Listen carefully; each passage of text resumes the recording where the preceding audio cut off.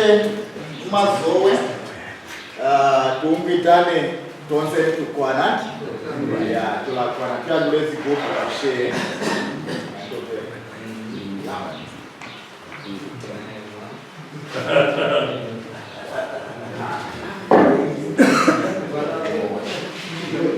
Good evening, good morning. Almost evening, almost Sunday. Yeah. But, we go through all of what we're, responsibilities are, and there's some other things that we want to look at as, especially in America, after you get overwhelmed, if he doesn't set hours that he's available. Okay? Because we all have families, and we need to spend time with our families. We need to be available, and they need to know when we're available. So that, we have to have a sanctuary, and we'll get into that later on too, but we have a sanctuary that needs to be away from church, away from our office, wherever it might be. Now, your office may be in your house, okay, but it depends.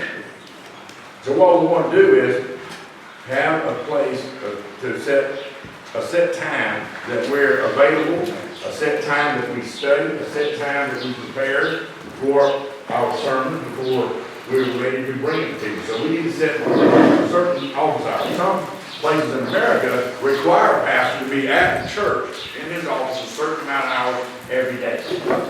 Okay? So that he is available. And it's also, like where I keep a lot of my study materials is in my office. And so that my wife will get in a hurry if there's too many books now. She says, I got dust that thing. But if they're down there, I can go down there, and it's also a place where it's quiet for me. So what we'll look at here is to properly shepherd your people, you must be there for them. Okay? You got to be there when they need you. You got to be there where they know they can come and when they can come. If you say, in America, we do a 9 to 5 thing, but it may be a different time that you need to do that where you're available for your people. It could be 6 to 2 or whatever the hours may be, but they need to know when you're available. When they can come to you and say, okay, well, I know the pastor's going to be there till 2 o'clock, so I got to make sure I'm there by 2 because I need to talk to him about something. And it may be something as simple as your people need to come together because you're planning, or they're planning to do something, revival, a dinner, whatever it may be. You may be fixing to plant another church. And you need to come together so that you can plan. So what time are you going to be there? Well, I don't ever know because he's never there at the same time every day. So you need to make sure that you're there at the same time. You need to have a regular office hour so they know how and when they can reach you. This protects your home life too. Okay? Now, I will give another example of when my kids were little. They were playing ball, and I became the president of the association where they played ball. And people didn't have boundaries. And what I mean by that is they were coming to my house while I was eating dinner and bringing me problems. And they will do that to a pastor if you don't have set hours. If you don't have a certain time for them to come to you. And this is all, it's a protection. Okay? It's also, like we studied first, that we need to protect the sheep, the flock. We need to protect them, keep them from this and from that. We also have to protect our families from this. Okay? And in America, we have a thing, and I don't know if our brothers will agree with me on this or not, but we have an acronym for joy. Jesus first, others second, yourself last. Well, this is how it really works. Jesus first, your family next, everybody else next, and then you're last. Okay, so that's 4, but we don't have a cool word for that. So. Your family you need to protect, as well as protect your flock. Now, people know, if they don't know there are set times when you're in office, they are not likely to bother you at home if they know you have a set time. If you don't have a set time, they may be at your house. Preacher, I got a problem. What's your problem? I'm going to share with them what I shared with y'all last night. My son's a pastor. And when he was with his first church, he got a phone call at 2:30 in the morning. People just weeping on the other end. Okay, just crying like their grandmother had passed away. He said, "What's the matter?" He was all concerned, you know. He said, "My dog just got hit by a car." Oh. Now he was good. You know, he didn't get upset with them. He prayed with them through it. But that was an inappropriate time. He called somebody for something over at his school at all. Okay? And I don't get me wrong, I love my dog. Okay? But I'm not going to call Brett at 2:30 in the morning and say, "Brett, pray for me, my dog just got hit by a car." That's what I'm going to get Brett. Sitting all this out. When you can be got in touch with, got a hold of. I'm not talking about emergencies. There's always going to be an emergency here or there. But when it's something that you're, you know, like a dog got run over, you can call me in the morning. You call me at 8 o'clock. Okay. Let's pray with me. Set that time. So you might think, what am I going to do in the office all those hours? Preparation. You can be prepared. You can study, you can read, you can research. You may go through several days or maybe even weeks where nobody comes and bothers you.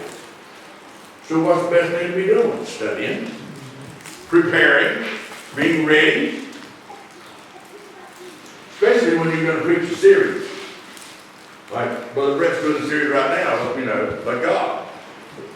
The more he can spend time with the Lord, the more he can study, the more he can prepare, the longer, you know, he's out there, the more he can sharpen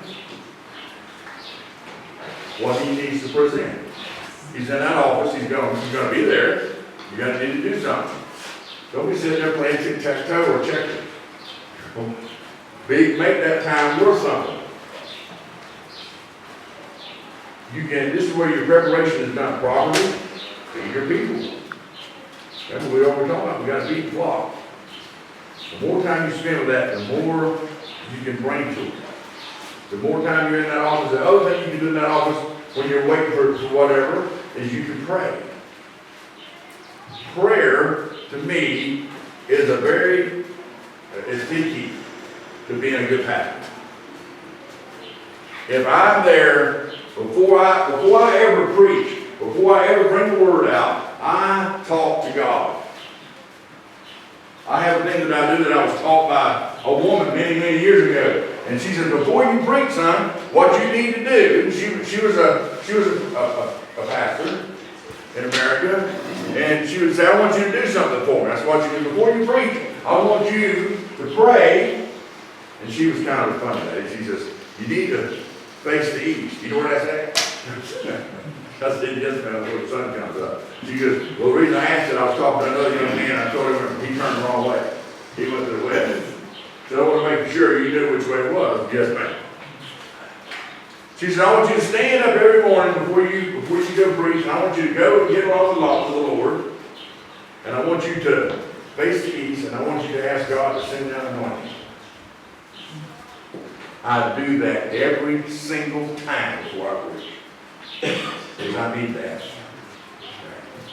That's part of my preparation. Part of my preparation time is prayer, along with my studying, along with getting the right word.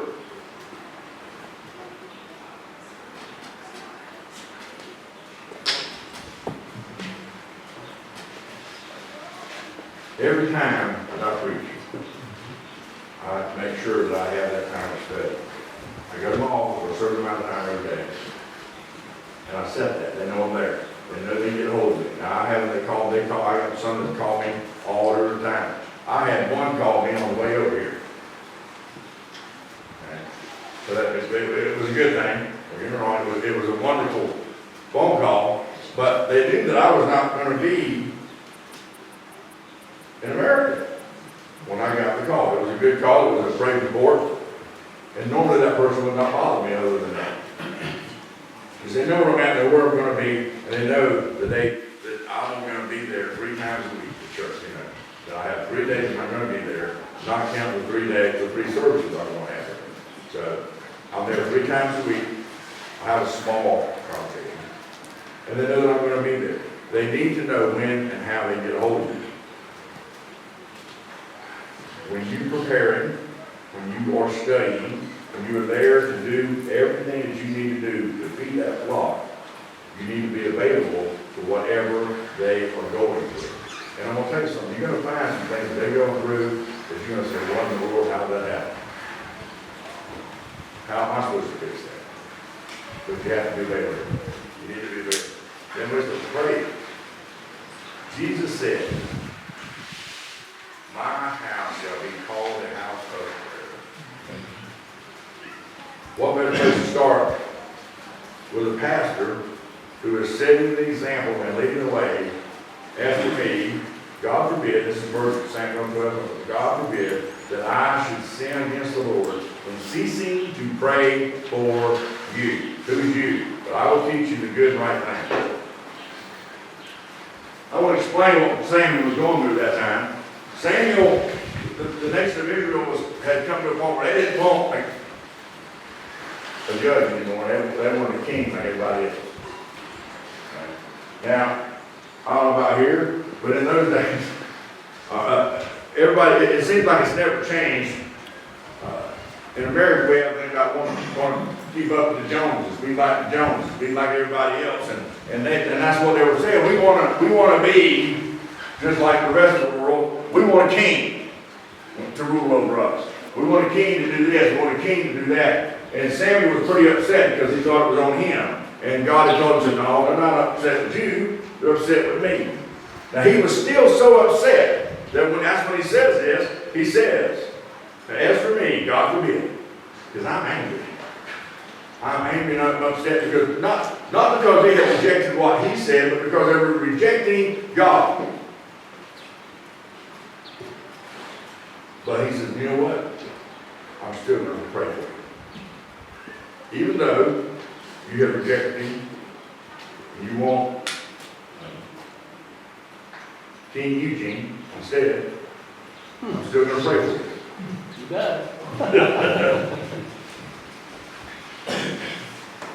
No matter what they're going through, no matter how foolish it may seem, like with my son, you still pray for us. God forbid that I should cease to pray for you.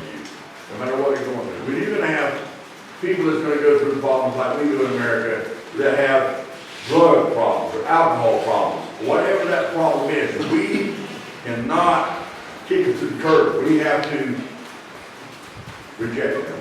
We can't reject them. I think I should say that's an American thing. But we can't reject them or throw them out because they're going through a hard time. Or it seems like I have a woman who calls me, like I told you before, 4 or 5 times a day. And it's always about something that has nothing to do with anything in the world. And in the flesh, I can get aggravated with that. In the flesh, I can say, look, what do you want from me? You know, you done called me 7 times today. Sometimes it'll be every 3 minutes. And it's a good thing I don't have a jealous wife.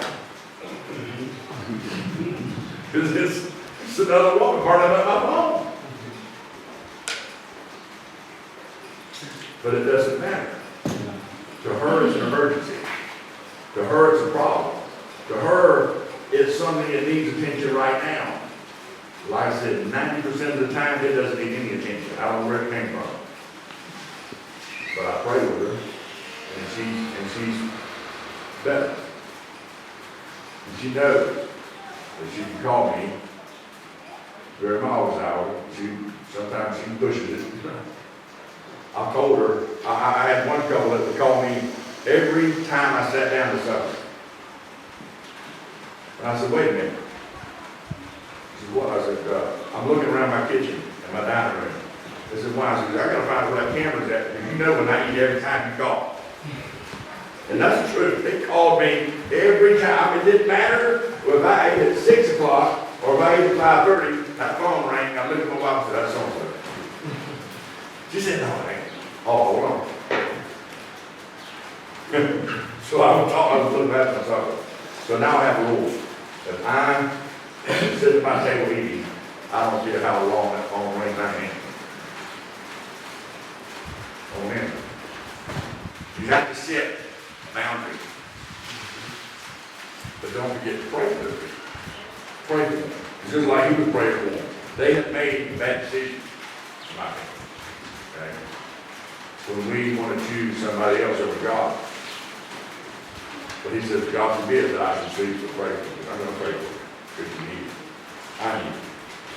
That's time for planning. Use your time in the office to plan, organize, develop a vision for your church. Now, we've heard that word many times since we've been here, and we're using this.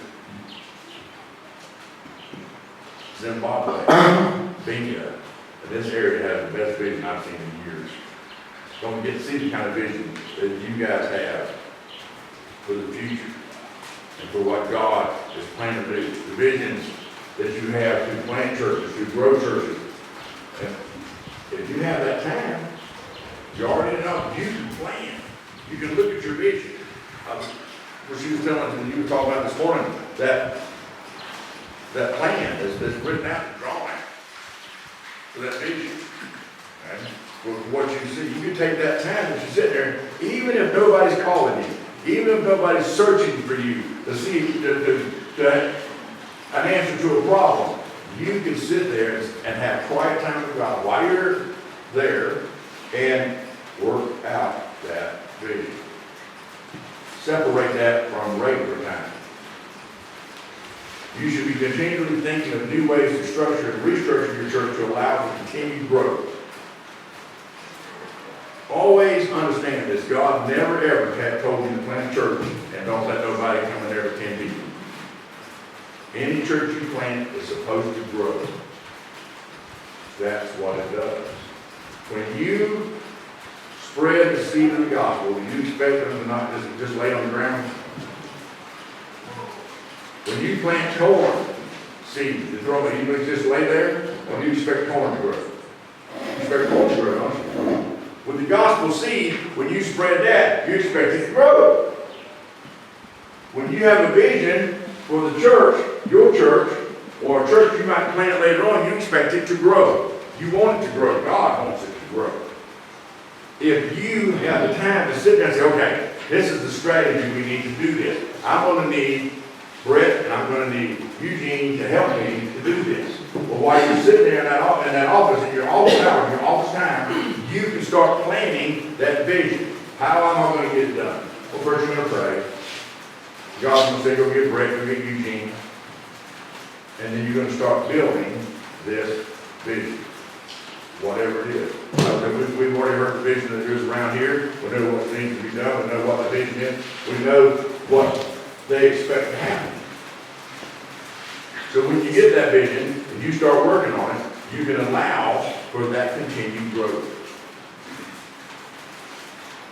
If you have a one-bedroom house and you have 4 children, what do you need to do? You need to build some more rooms, don't you? Yeah. All right? You want it to grow. You want your family to grow. This is the family that we have. We want our family to grow, so we need to be ready and expect it to grow so the gospel can be spread. This is a family. We are family. And we want to continue growth in God's house. We want to continue time for it to grow bigger and bigger and bigger. We remember when we talked earlier about the mustard seed and how big that mustard thing is, being able to birds can hang in it. We want the ministry to grow to a point that it gets so big, let's go plant another seed and watch it grow. Let it get bigger and bigger. Now, once we do all that, we continue to, the seeds of new and fresh ministries can be birthed to better enable you to meet the ongoing needs of the congregation in your community. You guys have got wonderful visions. Y'all have this idea of planning, was 100 churches a year? Or churches about 2030. By 2030. And you're on the way. Okay, y'all are moving. And that's a wonderful thing. But what did it take? Did you just sit there and say, You had to plan it, didn't you? You had to work on it. And you had to spend time with it. It's just like your child. Okay? When it's growing, you have to spend time with that child so that child grows. And it grows into in a good manner. Like me with my kids, I was training them, not only in the things of the world, but in the things of God. My grandchildren, all of them know who Jesus is. They may not be acting right now, but the Bible tells me that they will come back.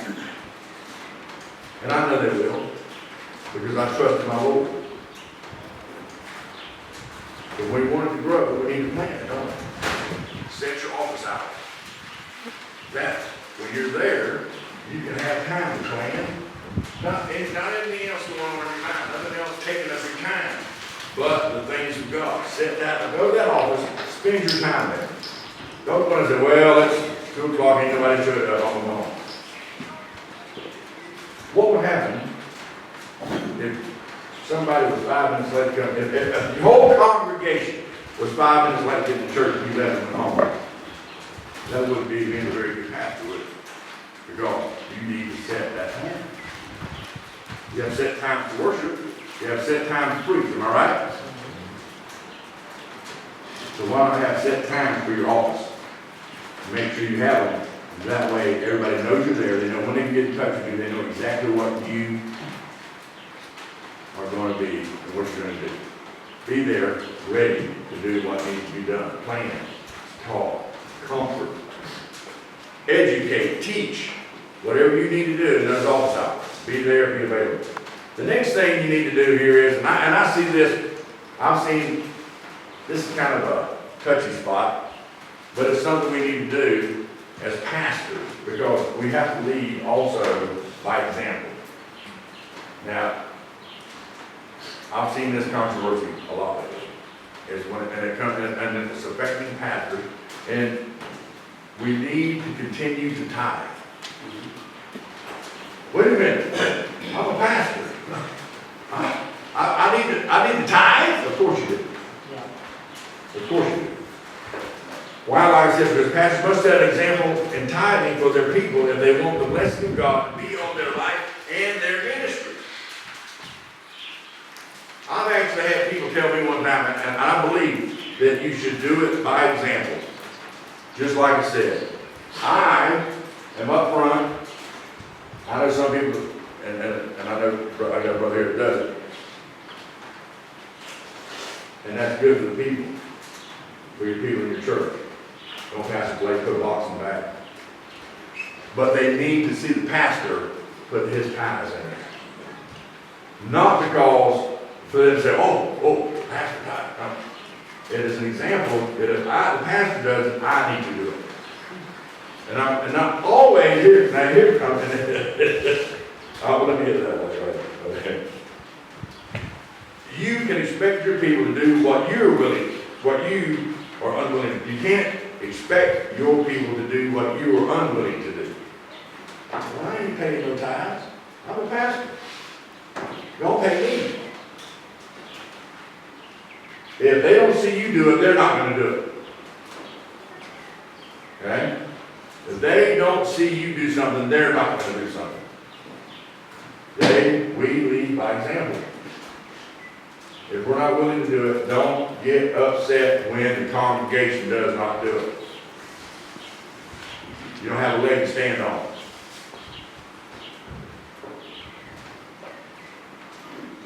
God expects nothing less of his pastor. We need to be as much like Jesus as we can be. We need to grow, like the brother was talking a few minutes ago. We need to let him cut away. Well, Pastor, you don't understand. I don't really have that much. Doesn't matter. Doesn't matter. You got to lead by example. They see you do it, they'll do it. I promise they will. This should be one of your first priorities, your first fruits. Your first fruits. Okay? And what I want to look at here is Proverbs chapter 3. Verses 9 and 10.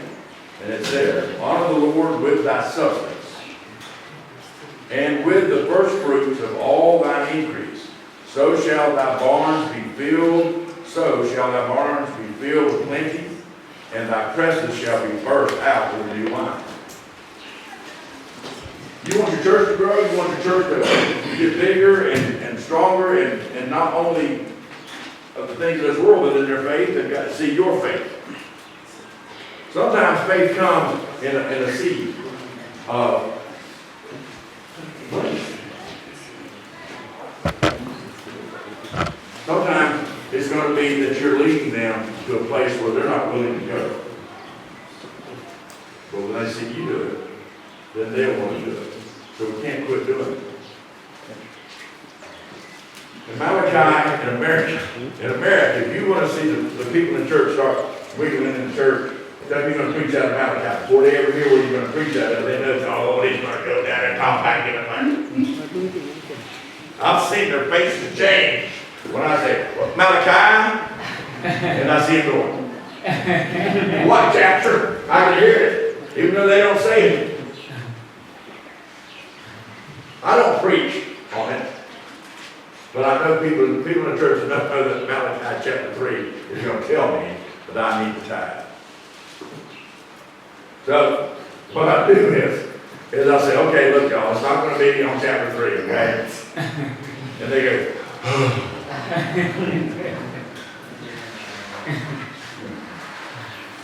because they hate to get separated from the money. And I think that's kind of worldwide. Okay? Oh, man, but they see you do it. They have your more do it. It'll bless your ministry, it'll bless your church, it'll bless that time. Maybe you want someplace else. But it may not be going against something in your church. It may be something that's going to sustain another ministry. Okay? And that's one thing that I don't believe in. Okay? If you are paying tithe in your own church, okay, what does it really look like?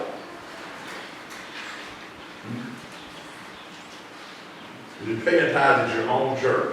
You're the pastor, right? Who pays you? The church does, doesn't it? So if you put money in the corporate church, where's that money going? Back in your pocket. Okay. To a certain extent. I'm not, you're not getting all of it. I'm not saying that. But it's like you're paying your own salary. Okay? What I do, and you can think about this how you want to do it, is I try to find another ministry to put it into. I pay a certain amount, they see me do a certain amount of church, and then I put it somewhere else also, so that other ministry can grow. It's not about so much as putting it in one place. It's all going to God. It's going to God for His purposes.